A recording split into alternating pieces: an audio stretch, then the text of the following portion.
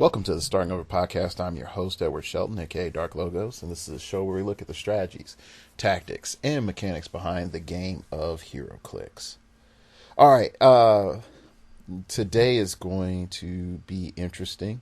We're going to be doing some what's in your head, and then a little bit of meta breakdown and how to train yourself and reconstruct yourself with the current meta. But before that, I got to give a big shout out to my teammates on Phoenix Nest, because it seems to be like kid season. I got my nephew, little tiny nephew. Other member Wes has just had his kid today as I record, and two of our other members, Mace and Jess, announced that they're going to have a kid. So it's literally a nest situation with the team dynamics right now. So be on the lookout. The next generation of heroclix players is incoming, and they'll have a massive inheritance to work with. Anyway, let's sort of get into today and get inside your head type of meta understanding.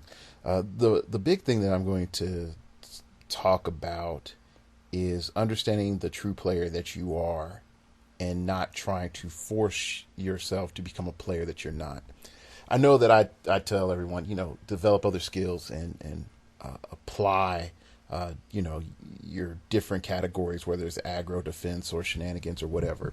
But that doesn't mean that you have to be like, I'm a defensive player, let me force me becoming a pure aggro player. It's not going to come out naturally. Your true self isn't going to come out. And because of that, you have this internal fight, because you naturally don't see what you need to see. And since you don't naturally see what you need to see, you are in I wouldn't say dire straits. You've put yourself in a pressure cooker. You have an internal pressure, which is you trying to understand what's going on without understanding what's going on. And you have an outside pressure, which is your opponent doing whatever your opponent is doing. Whether you win or lose, forcing yourself to completely change gears or change categories is a ridiculously hard thing.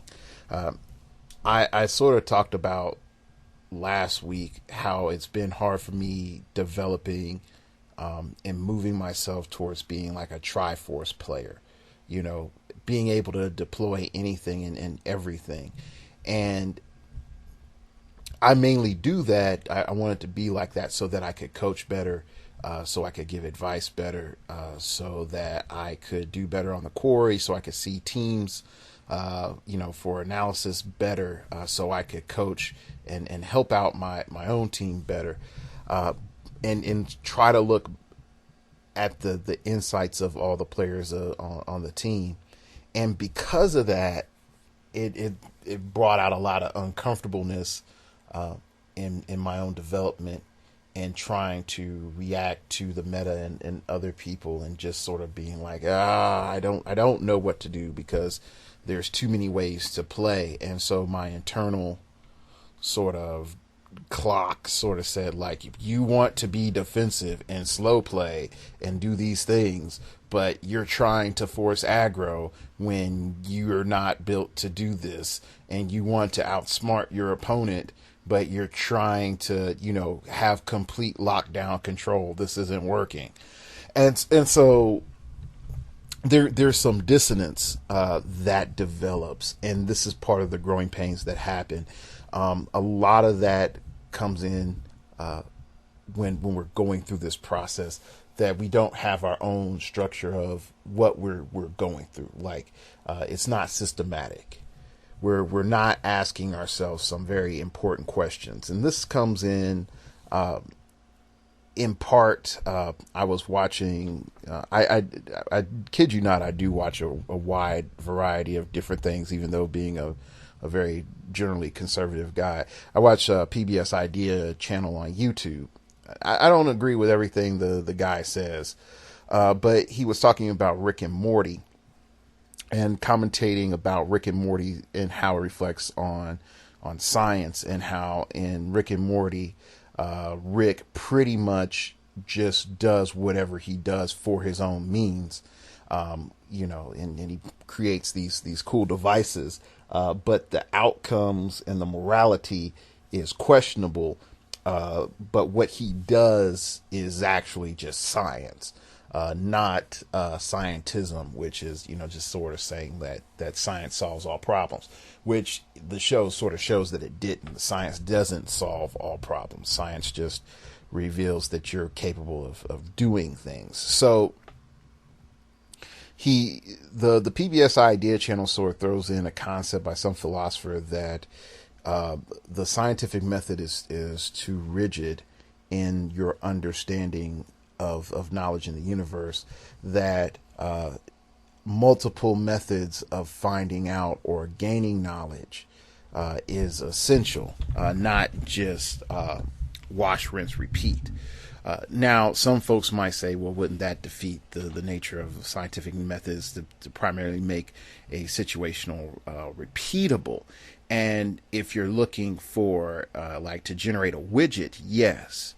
But from an aspect of knowledge, not necessarily, because then you create a problem. That means that fundamentally that you're saying my knowledge processing and your knowledge processing is swappable. And I can tell you from being a teaching type individual that that's not true. And I'm not even talking about from heroclix. I'm just saying in general. A way a one student processes knowledge or sees things is completely different than how a different student sees and processes things. And so some people perform well by just taking things out there and doing it, whereas having points listed out of what you're working on is key, and then developing nuance, and then more nuance, and then sort of noticing other problems as they arrive and sort of taking them on systematically is valid.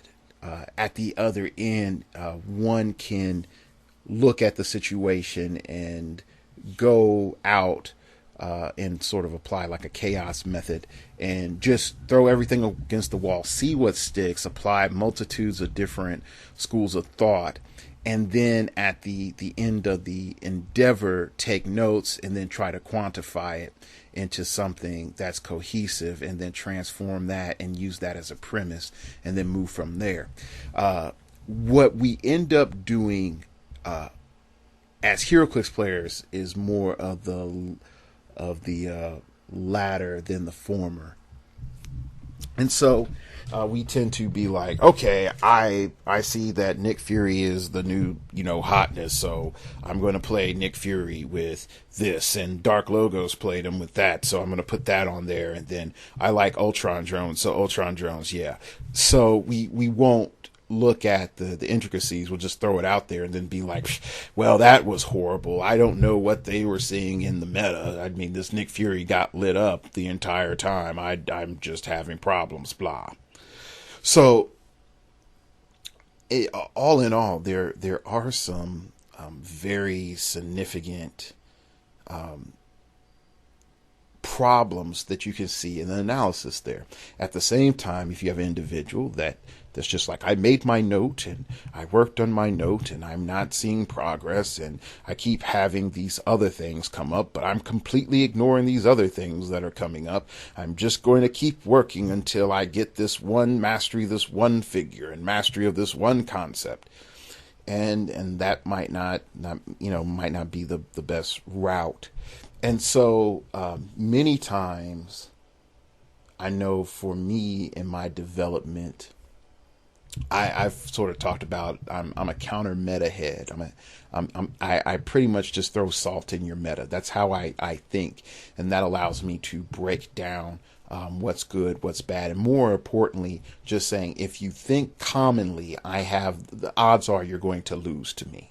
That's my philosophy in life. Is that if I know what is standard, therefore, since I know what is standard and what you're going to do, I've already made the decisions for you. I know what options you've had, and I know what I'm bringing. I have made your decisions for you, and that a lot of people don't like that tone of thought, but really that's what it is. The moment that you go counter meta is that you've made your opponent's decisions for them.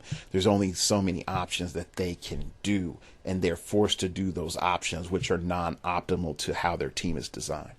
But at the same time, my teammates will, freaking contest infinitely.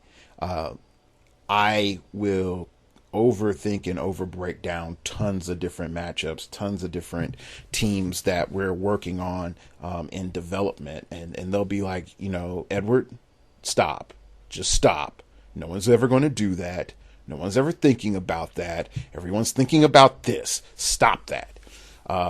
And it's rough. It's really rough because a good chunk of me is like, but what about that one guy that does play Blackwing? It ruins everything. Or that one person that plays Iron Nail or Mankiller. It ruins everything. And then you're back like, hold up, dog. Just take a step back. Breathe and actually look at your situation. And once you realize that, it's like, oh, okay, yeah, I'm better than I thought I was. But I'm, these things are extremes. So even in the knowledge processing elements, you still have to see validity in what is common. And sort of use it as a knowledge base. So there's a process in which, and I know this sounds like straight rambling, but I'm bringing it back in. There's a process of going out there and experimenting, and there's a process of having set goals and things that you focus on.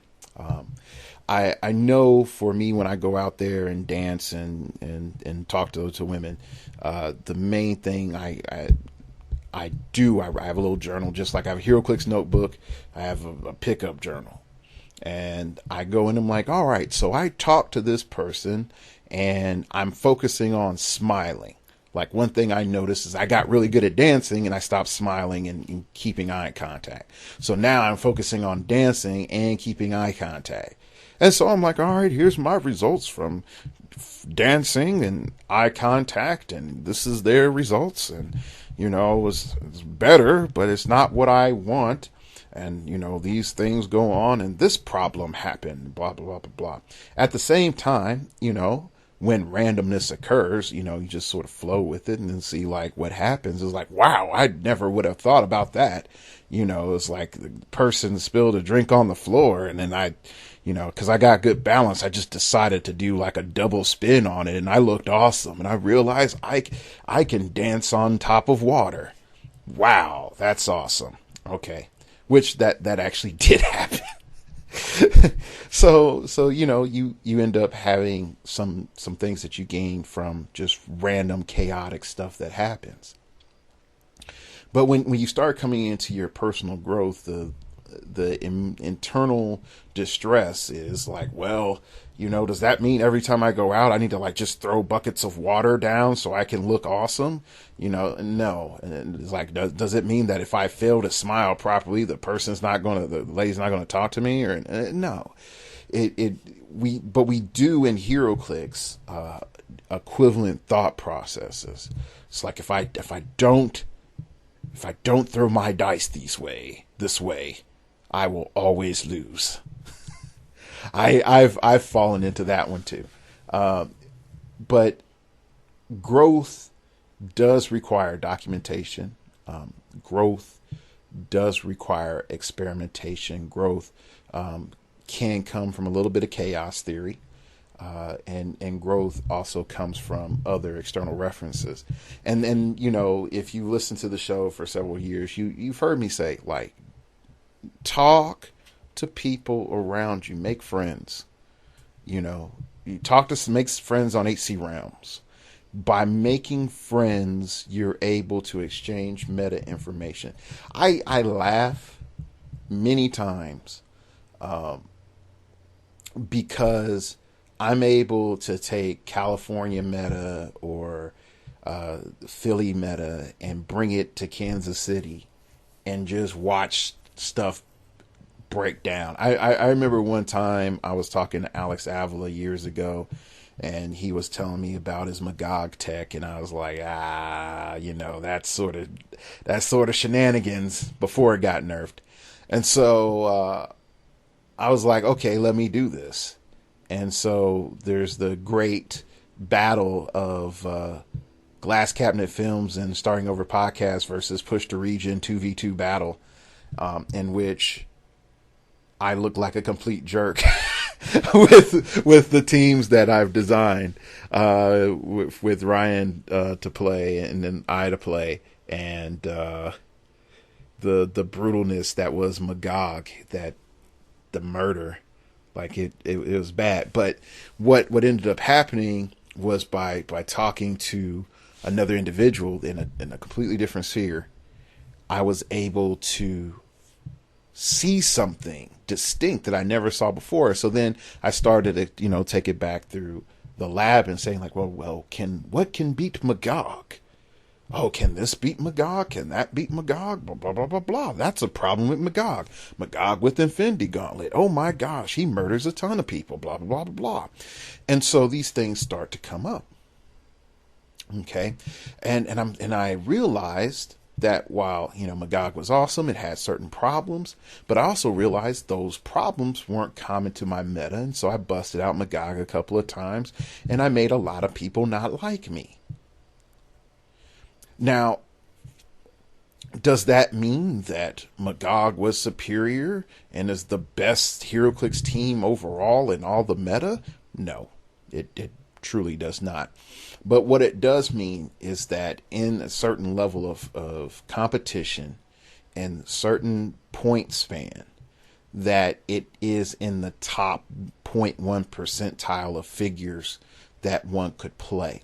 And recognizing that is a huge deal, because usually, like, you can sort of tell novice. Let me take a step back, because this is about to sound insulting, but it's not meant to be insulting.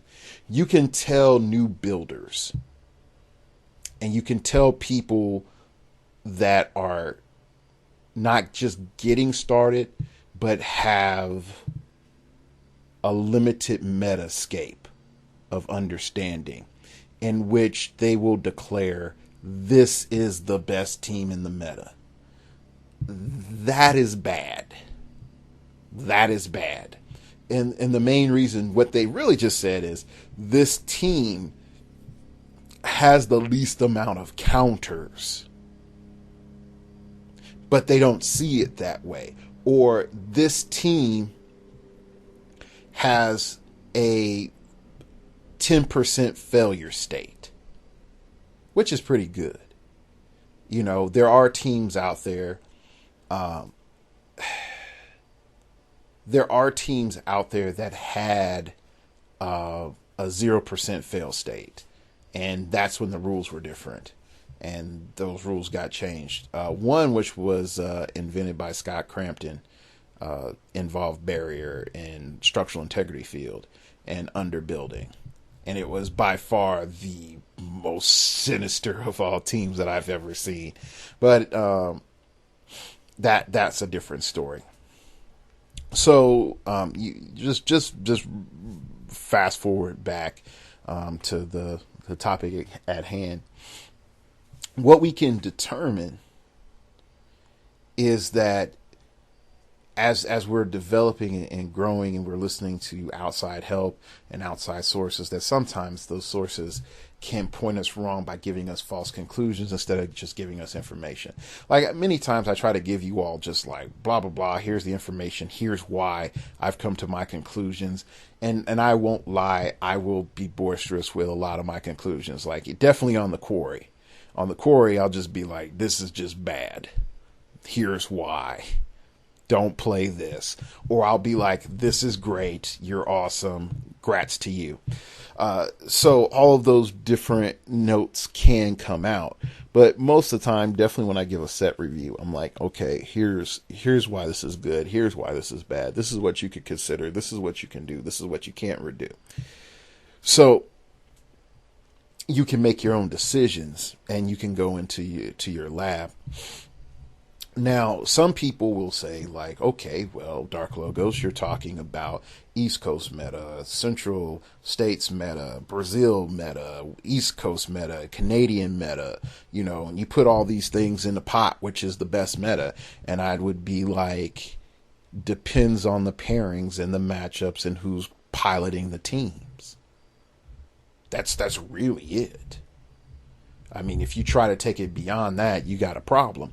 And realistically, let's see why that is. All right. When we start looking at teams and why people play what they play, many times it's just due to personality. It's due to what they feel is effective in playing against what is common.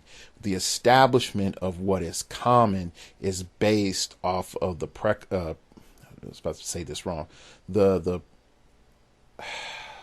biases and preferences of a local play sphere, which goes out and competes against other play spheres after their own theory crafting and conversation.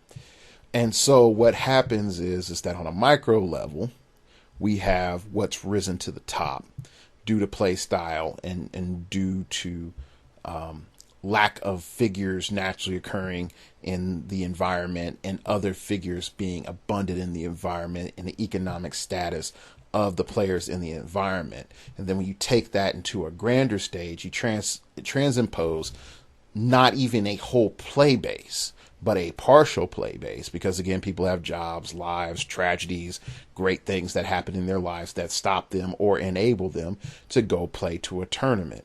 You have them all go into a tournament, and then you have these other wonderful random things that the players can't control, such as first round matchups. Did you get a bye or not? That affects a ton of stuff. Did you go against something that was a counter? I know at Tulsa, I went against, my friend that I helped make my team with, and we lost. I lost. Okay. So I go, and my only loss the entire time was against my friend. But at the same time, he went 3-2. And because he went 3-2, he wasn't able to go into top 16. Whereas if I looked at the pairings in top 16, yeah, he could have been in top 4. So what does that mean then? Does that mean that his team that went 3-2 is an inferior team to the team that won the tournament? Or is it inferior to the team that was, I played at 16th in top 16? And the answer is like, we have to see. But we can't necessarily see just due to how situations worked out. Tournaments help us establish a couple of things. And this is something I've learned from breaking down meta for a couple of years. Tournaments help us establish that these are the teams that are most common, or figures that are most common to break out of the initial pool. Whether that pool is your local play group of 8 players, or if you're talking about 150-man pool like World Cup or Origins or Gen Con or something like that. Okay. Then from there, you have the people that have had the experience and the know-how and the background to understand what the heck is going on, why things are doing what they're doing. And then you have the matchups of the teams and the rolls of the dice. There are some teams, and I'm going to be completely honest with you, that really underperform on average, but have a grand showing. Okay? There are teams that underperform on average, but have a grand showing. There's tournament reports that I've read where this one guy just happened to get map, all the way through the final round, and he needed map. There are absurd things like that happens.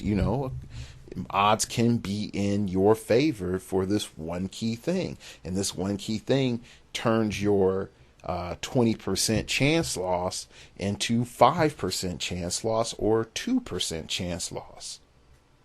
And I know a lot of people are like, can it get that low? Really? Can it get down to 2%? Yeah, it can.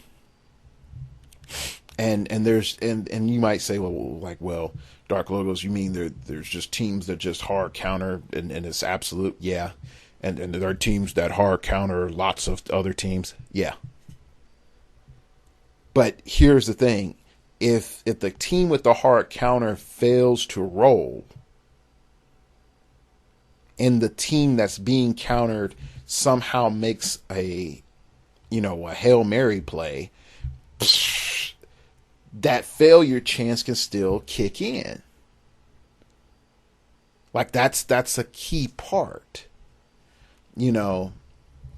And so, like when you look at a great team and then no figures were KO'd, but ID cards were burned, then yeah, there's a problem. You might say that team lost, but why did it lose? Well, it burned ID cards. Oh, okay. It burned ID cards and lost. But did it really lose? No. It just didn't land any of the attacks with the ID cards, which cost it the game. So that's another element that you can look at is why are some things on top, why are things on bottom, and are they false positives or false negatives as well? There's some things where if I keep looking, I'm like, this is constantly at the bottom 16 or this is constantly at the bottom 8. I will start to write it off. And you can see that definitely last year and the year before on the quarry when I was talking about M10 Iron Man, like freaking hated him. And then he would show up and win something and then lose a bunch and then show up and win something. And then freaking Highfather shows up and then he would win. And then it was pissing me off. So anyway, sort of coming back, you can gather information, and gathering information is central, but how you apply your information, how you test your information, how you measure growth is veritable. There's multiple ways of measuring that. If I was to say, like, okay, measure myself as a dancer, I can measure how much I've learned in knowledge. I can measure how much my body can move. I can measure, can I stay on time? Okay. I could compare myself to the dancers around me. Now, I could also compare the reactions of those people that I've danced with. Okay. Now, here's the thing. If I compare myself to those around me, and those around me are in my dance studio, then yeah, I look like a really bad dancer. If I compare my dancing to those when I go out salsa dancing, I might look average. If I compare my dancing to like a night at, just some general club, and people are drunk, I'm freaking awesome. I'm the best dancer of all time, better than Dancing with the Stars. Okay, so what does that mean? That means that some things are very poor in determining value.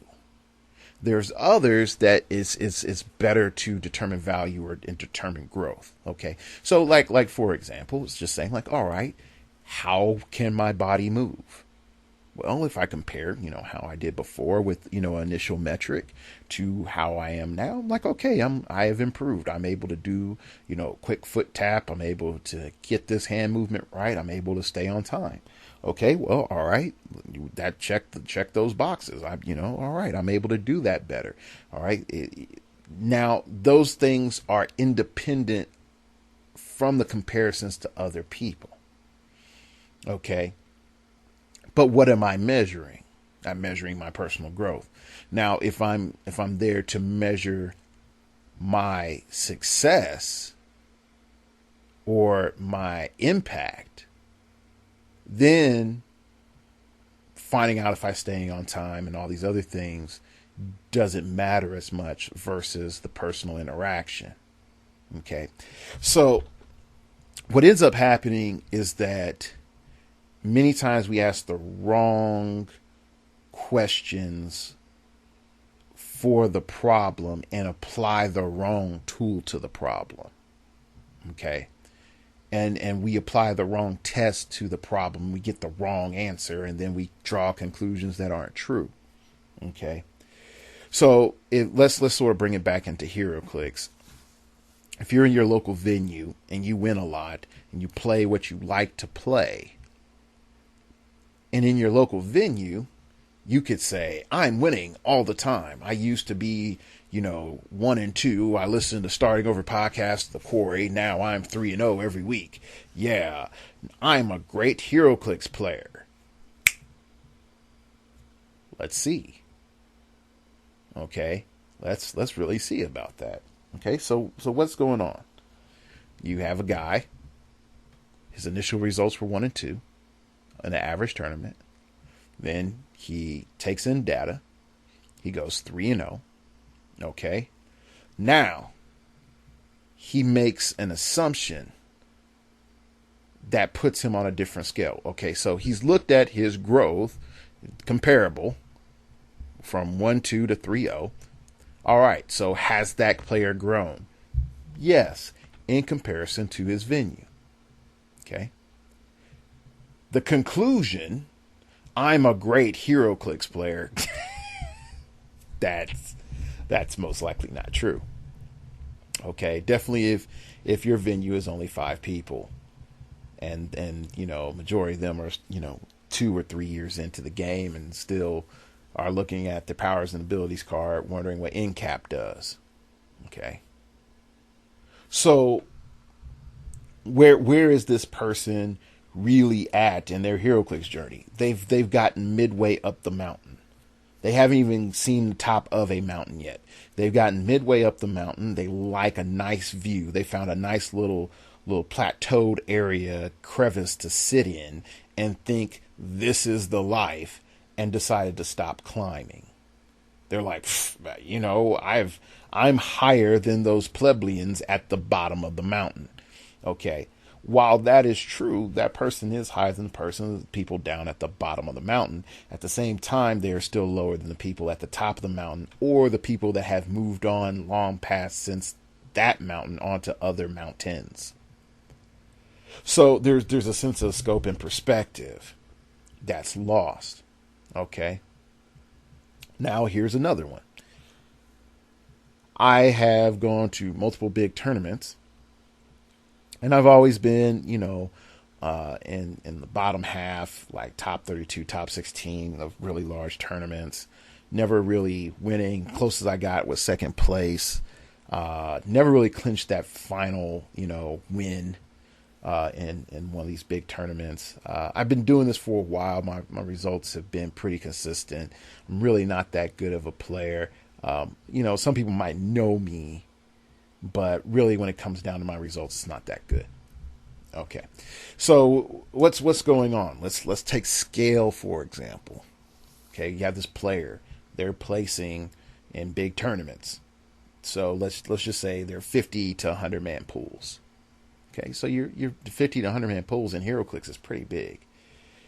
To place in top 16, top 32, or even get a second place in a 40 man pool is pretty big. Okay.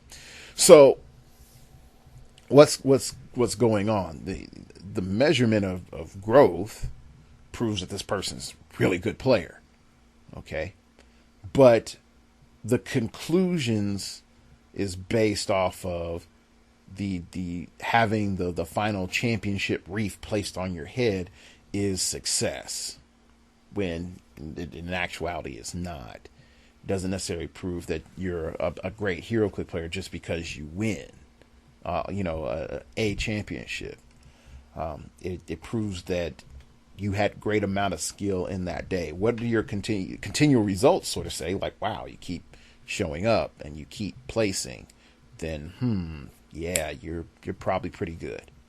So these are some just pure confession. These are some internal things that I've had to deal with. It's like I just hadn't won a super Q, and I keep in second place, and daggone it, I'm not good enough, but people like me, but I'm going to sit back here in my meta lab and try to make something else that's broken that people can't beat. Yeah. Okay. And so I'll even say, like, yeah, that's my brain. You know, it was like, hey, you got third place in teams, Edward. It's like, yeah, we did, but the last day I lost a bunch of matches and I feel real bad. And, you know, this is like, hold on, wait.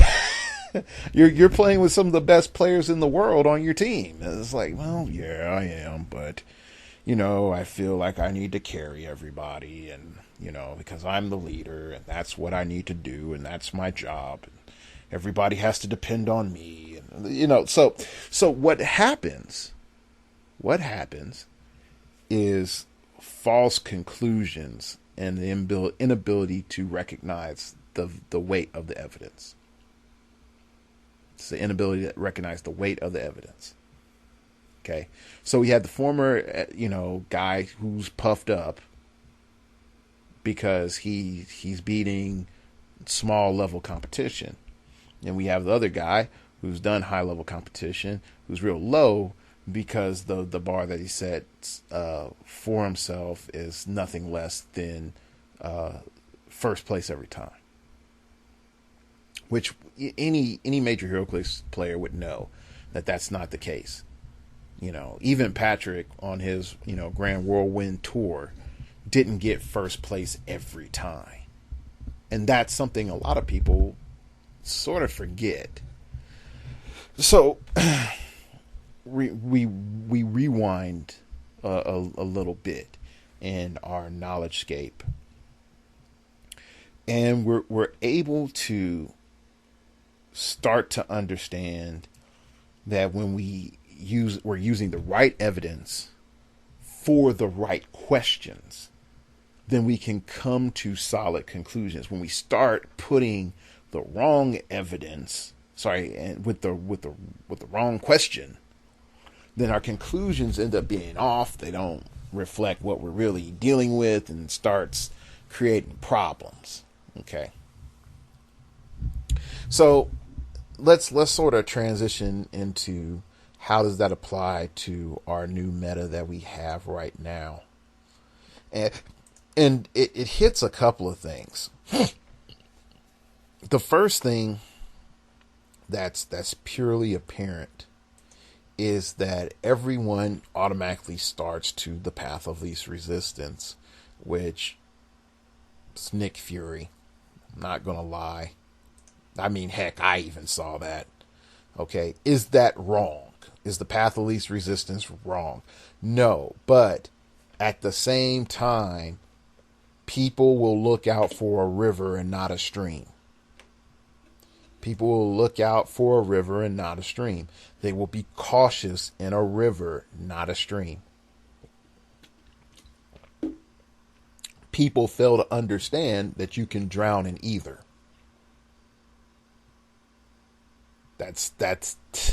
I mean, if you get anything today, get that. Okay.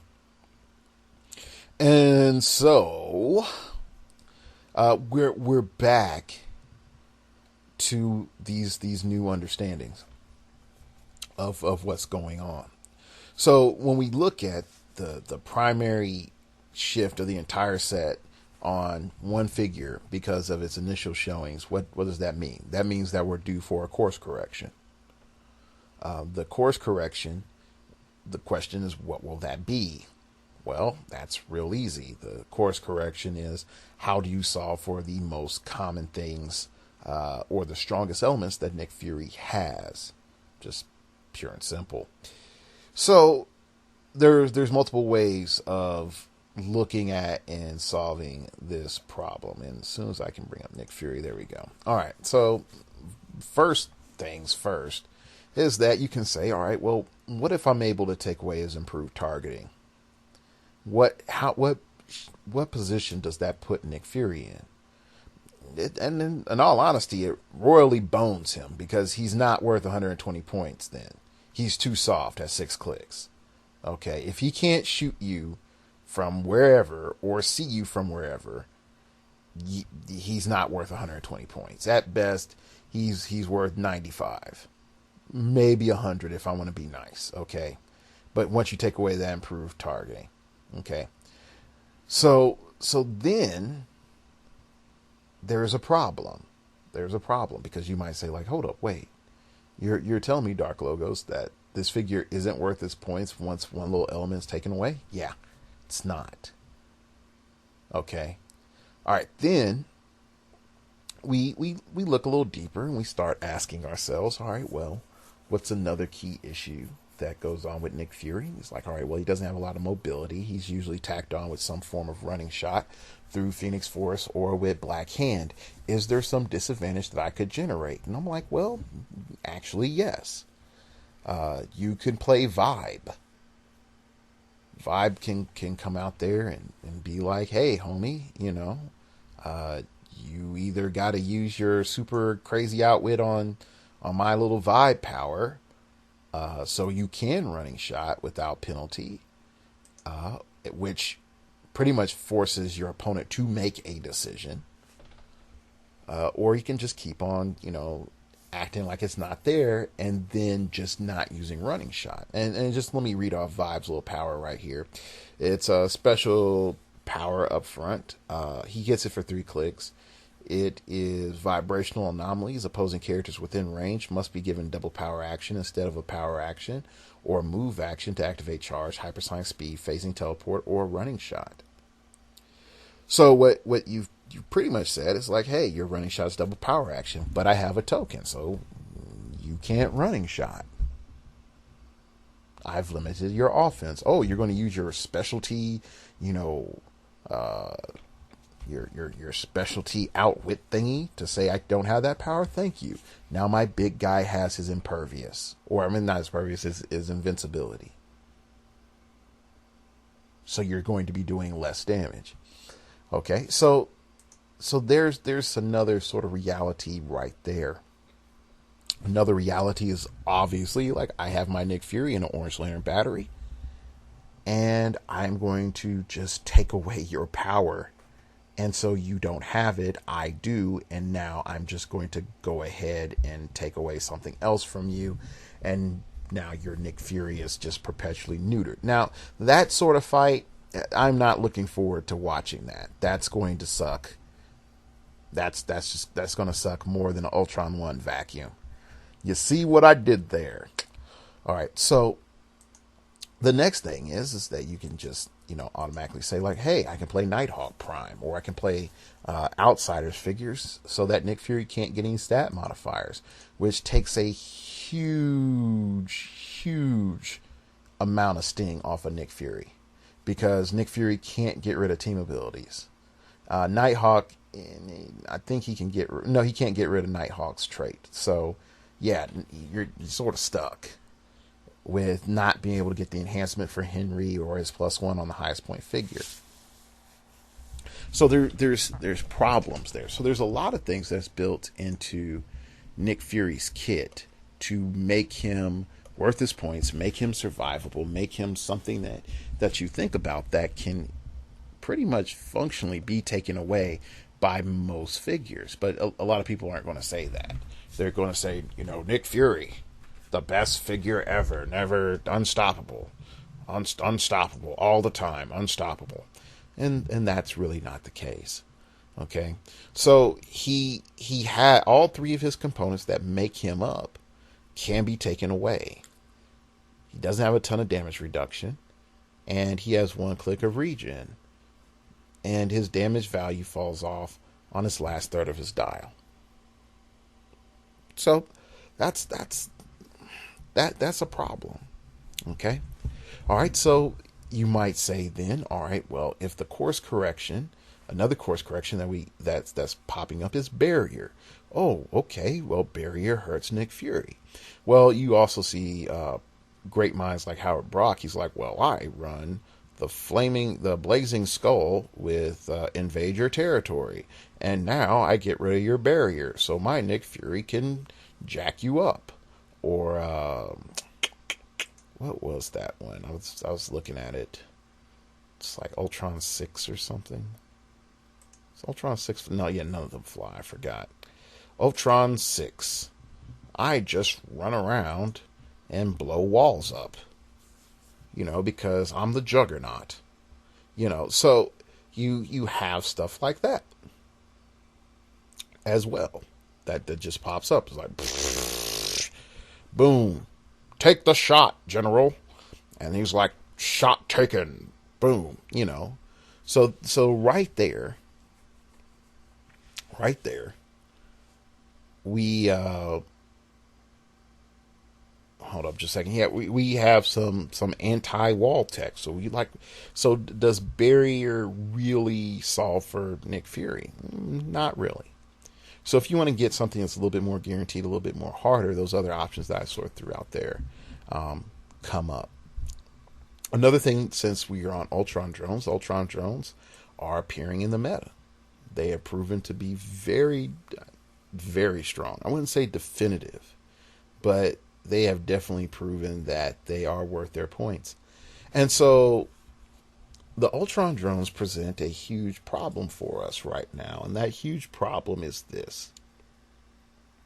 What is the next step for us to take, and how do you deal with them? Because the 30-point Ultron drones are stupid level good. But what are they susceptible to? They're susceptible to easily being KO'd, but Ultron 1 brings them back. So if Ultron 1 brings them back, and you're able to take new steps and sort of regroup, yes, you've lost your points, but you haven't really lost any potency. Whereas your opponent, they've lost some potency. So we see in our meta development that these drones can be killer. But what can we use to solve them? Well, zombies. Pure and simple, zombies. Zombies, since they're the active player, their effect kicks in first. Whether it's Mystics doing the damage through Star Sapphire Battery, or if you just straight pulse wave them, just kill them. That's how you kill them. It is a tough affair, because once you bring back the zombie drones, they're immediately on your force. Even if you used up all your actions, those zombies can act because they have their autonomous or drone mode. And no. Basic programming. They have basic programming. Basic programming just allows them to act, and usually their damage output that they have on their second click would allow them to one-shot another drone, because most of the time they have some form of damage penetration on their second click. Now, a lot of people might say, well, Dark Logos, you're saying one mechanic completely just annihilates or shuts down or creates a huge problem for another mechanic. And the answer is yes. That's the case. One mechanic causes a massive problem for another mechanic. And it's just like, but Dark Logos, zombies die real easy to pulse wave. Well, yes. It's the circle of life, and it rules us all. Yeah. And that's how it goes. So there's some thoughts there that spin up. Is that if zombies come in and kill drones, and Pulse Wave kills zombies, and Nick Fury just says to Super Skrull, screw you, go leave my planet, Does that mean that we're in this new trifecta? No. What it does mean is that the amount of options that you have a scope of control, a scope of counter, a scope of checking. And when you tally up your team, you have a general scope of how much you can deal with the meta. Now, someone could say, well, Dark Logos, if I combine, figure A, figure B, figure C and D, and resource X, does that mean that I win the games of heroclix? And the answer is maybe, depending on your matchups and your skills. So let's start looking at another element that is common within Nick Fury and definitely Age of Ultron, in which I would call level of difficulty. The level of difficulty for most of these figures really is low. Except for except for the Hank Pyms. The Hank Pyms, and then there's another one. Demonicus. Yeah, Demonicus. Golden Claw sucks. Well, let me rephrase that. Golden Claw is a mixed bag for me. He's a mixed bag for me. I'm not going to say that. And maybe Strucker too. And you got to know what you're doing when you're using the time chair, the Thanos throne, and the Captain America's motorcycle. Those have higher levels of difficulty because you need to know the new rules and what you're doing. But really, when we look at the majority of the set, the level of difficulty is low. So let's try tackling why the figures I brought up have a higher level of difficulty and the implications of that. And when I say higher level of difficulty, means that you cognitively have to be a better player than the piece to beat your opponent. But when you use it, the amount of advantages that you're able to bring out over your opponent is astronomically good. Okay, so let's take Super Skrull for example. Super Skrull is a very upfront and direct piece to a noob. I picked the hypersonic speed, super strength, impervious, and probability control. Doop-de-doo, I go and I pick up a ultra heavy and I one-shot things. Okay, that's a noob version of looking at Super Skrull. A high-level meta player's way of looking at Super Skrull is, okay, my opponent has shape change, so I need Battle Fury, which means I need to place my prop here. Okay, I don't want to hypersonic speed in because that's not necessarily a good thing. He has these traps for me and there's plasticity. So I need to have charge. Okay, super strength would be nice, but he has super senses. So let me go precision strike. Oh man, he has something over there that counters invincibility and impervious and toughness. So let me go super senses. Actually, he doesn't really have too much range. Maybe combat reflexes would be better. Okay. And then I'm going to hit this character. And then after I hit this character, I'm going to go ahead. My following turn, I'm going to use Pulse Wave. Pulse Wave all of them. I'm going to have 4 food tokens. I should have 2 zombie tokens on character 1 that I hit. That one should die after the pulse wave. Then he'll come back with 2 tokens. And when he comes back, I'm going to go and have him do this. And then he's going to KO that other figure. And then that other figure is going to be dead. So that's going to put me up on points. And then I'll have a buffer between zombie Super Skrull. And that'll keep me alive while I clear. That's the stuff. That's the stuff right there. Most noobs don't think like that. Okay. And just being honest, if you work with zombie Super Skrull, you have multiple layers that you can do, whether you're going to kill a character, bring them back, how many clicks of life are they going to have when they come back, how many hits are you going to risk taking so that you can stack up Z virus tokens on figures. So anyway, let's sort of go in there and break some things down. First off, just getting the Ant-Man stuff out the way. box set plus this Ant-Man's and Goliath that you have in the set, you have a lot of different options that you can put in. The main problem is that you have a finite sideboard, and if you're running any sort of ID cards, that limits your sideboard even more. So you have to be very, very, very aware of what you're doing and why you're doing. Are you utilizing ants? Are you trying to go anti-drone? Okay, that's a big thing. Are you going anti-drone? Are you going for a support version Ultron? Are you abusing ants? If you're abusing ants, to what extent? What are the ants doing? How many Ant-Mans are you having on the field? These are questions that you have to ask, and most people aren't ready for those answers. Like, I'll say that full honestly. It's like most people aren't ready for those answers. And because of that, that creates a huge problem. Huge problem. Because once folks realize that, since I'm not prepared to deal with the ants and I'm not prepared to try to take on the Hank Pyms, then that leaves me in, these certain situations. Okay. All right.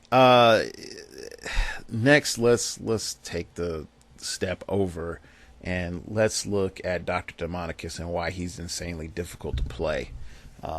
And some people might say Dr. Demonicus is fun, and I would say Dr. Demonicus is fun. But just overall in the meta right now, he forces you to make several choices up front. Batragun, Cerberus, Hand of Five, and Starchild all have different roles. And summoning the wrong one means that you just gave your opponent tempo control. Just did.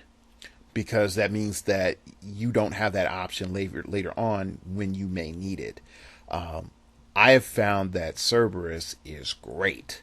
But Cerberus, you need to be able to summon Cerberus when you're up in the fray. When you know, like, this is where the battle's going to happen. And I'm within shooting range, and Cerberus is going to bust out these awesome shots on my opponent, giving me a 12-4 or a 13-3. That's how you look at Cerberus. But Cerberus can easily be psychic blasted or penetrating poisoned. So can, actually, I think they all can. They all can be penetrating poison. Batragun is a melee flyer, carrier, taxi piece with a very high defense, and Batragun is there to get you into the mix, and then you're getting a +1 defense from having Dr. Demonicus next to you, but then you just easily perplex up his defense again, so he's a 21, which makes him very survivable. With an 11-4 with Close Combat Expert, you can easily just go, hey, I'm going to Close Combat Expert you with a 13 attack and keep my 21 defense and deal 4 damage. But again, you deal with a pulse wave meta, bam, he loses his bonuses from Demonicus and the Perplex. He's easily gone. And so if you're looking at an opponent that's definitely taking, high shots from range, has high attack value, Batragun can help you approach, but you need to really be mindful that, okay, I bring in Batragun for this specific moment. Okay. Starchild is just defense. Pure defense. 3 range is not that great. I don't care you have Dolphin. It doesn't matter. And you're just having super senses, which, Precision Strikes messes with all of these pogs, but in particular, Starchild hard. So when you look at the 18 defense, while it's good, it's just not the best. You're also looking at no modifications, but also Starchild is the only one giving you some sort of damage penetration with Psychic Blast. Okay, so there's a huge deal right there. Also, when we talk about like just damage output and survivability, Hand of 5 is dumb. Okay, shape change, flurry, 3 targets, 5 range. So a mild, I gotta say, a mild upgrade from Starchild, but you don't have guaranteed damage, but you're getting a second chance to do more damage. So your damage output with Hand of 5 is technically the highest if you have no damage reduction. Whereas Star Child is able to guarantee just about a 4 against anything except Invincible. Batragun is possibly dealing out a 6, and Cerberus is at max giving out a 5, but Cerberus is able to do it at a safe distance. Now, determining what to do is difficult because on an open map, a 7 range is nice, but it gives you just barely enough cover. Now, if you're trying to solve for Swarm, Cerberus is a better option than Hand of 5 because of Energy Explosion. Star Child really is just best if you're trying to prevent a hypersonic speed approach. That's really it. And you have something that's nearby that's tied up that you're just going to be like, okay, boom, you take 4 damage now. Batragun, like I said, is a deployment, get in your face, and now I'm going to close combat expert you. And that's a bigger deal than people really want to think about. You add in the plus defense from Dr. Demonicus and the Perplex, that does change things, even more so with Hand of 5, because with 1 Perplex on his damage, he can flurry for a potential 10 damage max, which really, when you combine it with an Outwit or a Nick Fury or whatever else, that's huge. Okay, now the problem again is that once you lose one of these summons, that's it. You can't bring that summon back. And because you can't bring that specific summon back, and Dr. Demonicus is unique, it creates an immense amount of pressure on you to play Demonicus right. And at 80 points, you just can't throw Dr. Demonicus out there in a fray. You have to have other things intercepting for Demonicus for it to play right. And I'll give you some of my personal lab. I've played with Hank Pym Ants with Demonicus. I've played with Rick Jones and Demonicus. I played with Maximus and Demonicus. I played with Ultron Drones and Dr. Demonicus. I've tried a whole lot of different options, and some work better, some don't. But the one thing I have learned and kept track on is that the fact that Demonicus, the player of Demonicus, needs to know where the battle is going or where they're going to make their stand at is the hugest thing. And not just summoning something on first turn. Like, I learned that lesson when playtesting the hard way. You run a Occam's Razor. If you play something too late, your Dr. Demonicus is dead. If you play it too early, the summon is dead. So you have to have you have to really have a timing involved before you take it any further. Okay. When we start looking at the vehicles, I gotta tell you, I've been spending time looking at the Avengers Sky Cycle, and I've been looking at Captain America's motorcycle. Those two have the largest potential. Mainly because you're able to take the attack value and the damage value of the pilot, and with the Sky Cycle, you're able to take the range value of the pilot, and that is a game changer because you're able to technically pocket your main attacker for a couple of turns and put them in this candy-coated shell. Borrowing the values doesn't hurt the pilot anymore, so you're able to stay on a 12-4-7 range real easily. Now, the problem comes in is who's the pilot, why are they the pilot, and why are they not outside? But I have noticed that having a Ultron drone inside of one of these suckers in my playtesting, which I do completely on the computer, has been interesting because it makes your opponent sort of say, I gotta take that on, but I don't want to take that on. And at the same time, with certain shenanigans, you can be like, okay, so you killed my bike and you killed my drone. All right, boom. I bring it back with Ultron 1. Boom. Now let's just get this party started. Okay. The worst thing that happened is I lost, this shell. But while I had this shell, I was able to do this, and this.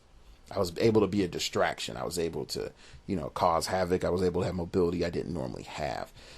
Definitely with the sky cycle, like, people are going to sleep on that. But the fact that you can running shot and fly for 50 points, 6 clicks deep, and you're talking about functionally every click piloted could be 12-4 with an 8 range. That's really good. You can combine it with a round table, and now it's like, oh, Wonder Man ID card. I have Invincible. Awesome. It's like, oh, Hawkeye ID card, +2 range. Yep, +2 range on top of the range that I have. Oh, Spider-Man ID card, super senses. Let's see. What was it? Rick Jones ID card, +1 attack, +1 damage. Okay, so now I'm a 14-5. So a lot of that, you're like, man, Dark Logos, that's pretty strong. Like, I didn't look at it like that. Yeah, if you're looking at the vehicles like M&Ms, that give you a candy-coated shell for the chocolate inside. And if someone bites in on the chocolate, you're just like, okay, cool, here's some flavor. That's it. All right. But where is the complexity here? The complexity comes in is that most people are just going to look at the flat base numbers and not look at the new rules. Okay, they're going to be like, this chair is 50 points with 0 attack and 0 damage and stupid powers and the upside down shot. Blah, blah, blah, blah, blah. I don't like that. Blah, blah, blah, blah. It breaks Theme Team. Blah, blah, blah, blah. I don't like Hawkeye. Blah, blah, blah, blah. I want to play this. Blah, blah, blah, blah. Okay, so folks can easily get frustrated just because they don't read. All right. Now, Thanos Throne in particular, I think I've talked about this, is that, it's really expensive, has a lot of cool stuff with it. 4 base damage. You're looking for a pilot with a high attack to make that 10 attack somewhat better, just better.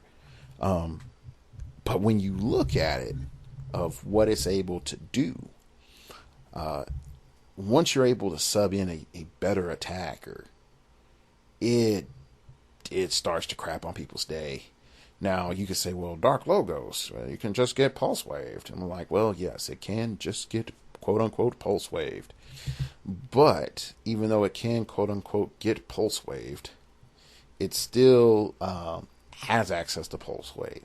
And it still has a high value, a really high defense value. And then when you start adding in the support pogs stacked with the Thanos Throne, that's when it starts being dumb. It really starts being dumb, because all of a sudden this chair turns into a stupid level 1-man army. And you're like, well, how's it a 1-man army? This doesn't make sense.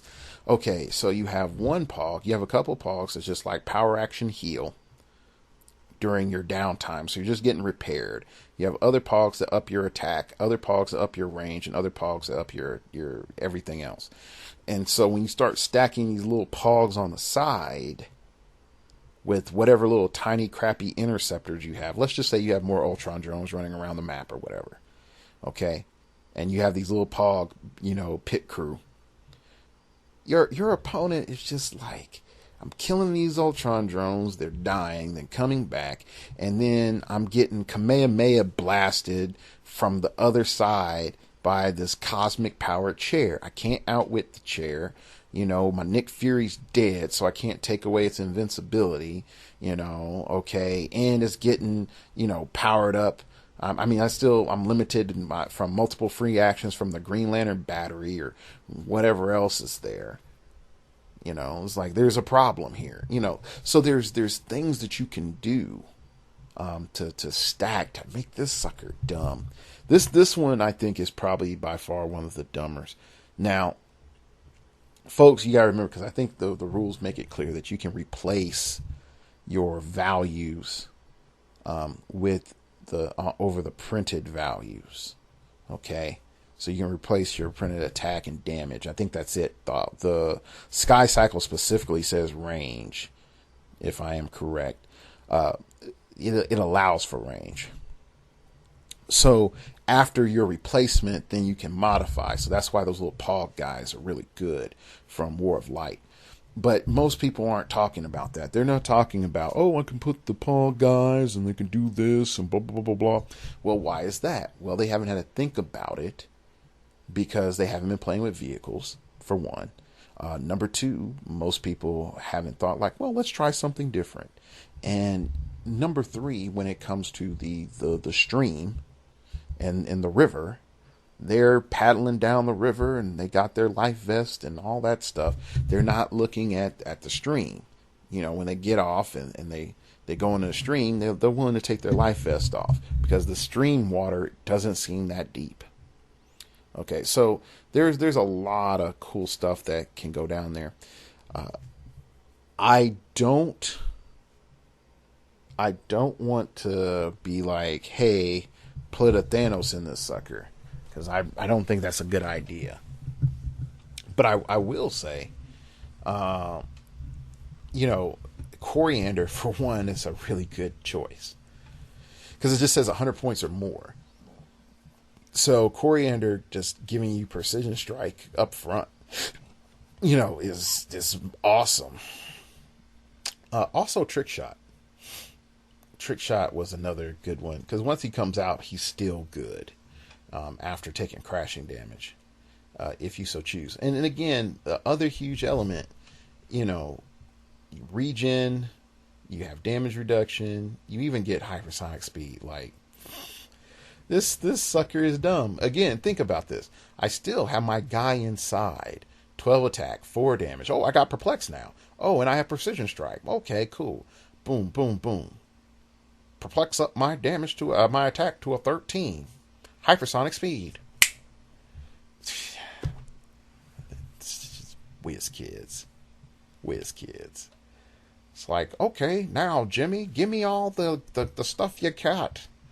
I'm gonna make my damage a 6 and piss off all these fools. So yeah, just wait. Just wait. Like, it's coming.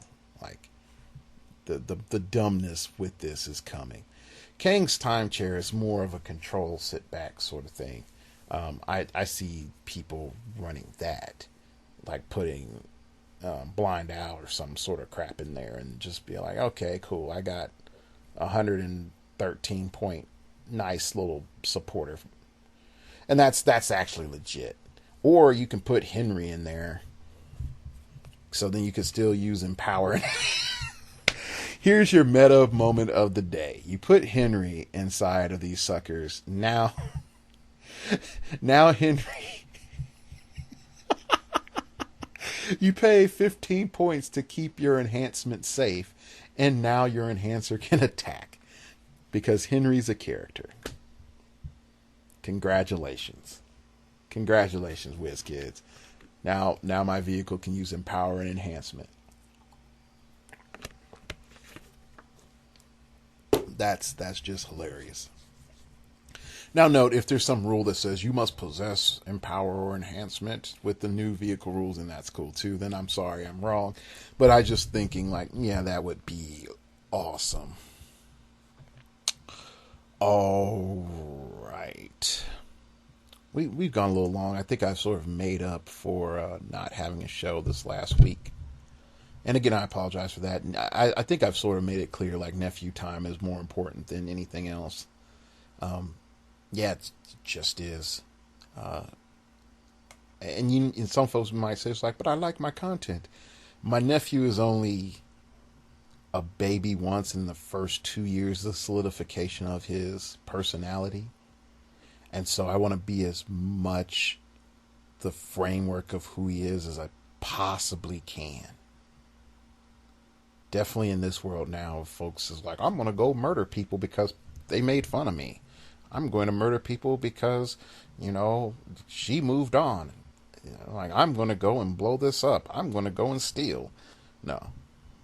Try to be as impactful in a positive way as I possibly can. Anyway, that's it. It's late on my end as well, and I've been sleep depriving myself, so getting into the gibberish land. So you can follow me on Twitter at StartOverPod. It came from outer space and said, "Homie, man, you got a lot of editing to do." You can check out my random musings on the Twitters. Little announcement, like I was talking about a new contest. I still need to hear back from the sponsor of the contest to see if it's still going on, mainly because there's product that needs to be shipped, and I don't know who's shipping it or if the product is still available. So that is why I haven't sort of jumped on that. Big shout outs to Will Holland for putting some good ideas out there. All right. You can email me at startingoverpodcast@gmail.com. That's startingoverpodcast@gmail.com. If you wish to opine, keep it pithy, keep it interesting, keep it awesome. Bah, bah, baby.